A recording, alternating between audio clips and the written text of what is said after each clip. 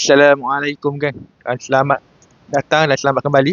Okay, hari ni aku nak tunjuk untuk pelaburan yang aku janjikan hari tu pada 30 hari bulan 4 yang aku kata aku nak cuba melabur $5 sehari dalam SPUS. Okay, SPUS tu S&P 500 yang patuh syariah lah. Okay, hari ni 19 hari bulan tapi aku nak tunjuk yang sampai 15 hari bulan itu. Maknanya separuh bulan lah.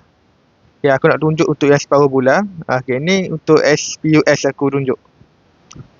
S&P 500. Ni aku beli setiap hari. Aku setkan kat daily. Memang setiap hari lah. Sebab sekarang ni dia dalam SPUS ni banyak dalam sektor teknologi.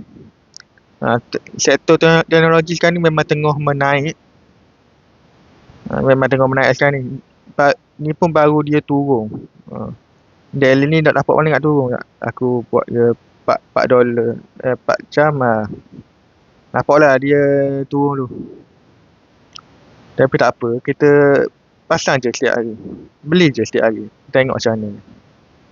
Lepas tu esok 20 hari bulan ada earning report untuk Nvidia.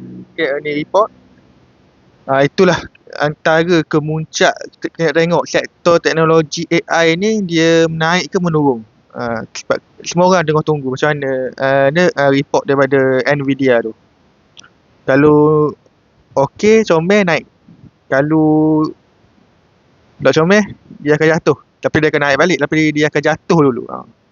Dia akan jatuh dulu.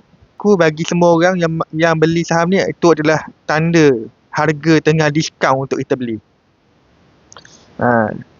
Jadi belilah kalau berjatuh. Itu je daripada aku ini. Ciao. Assalamualaikum.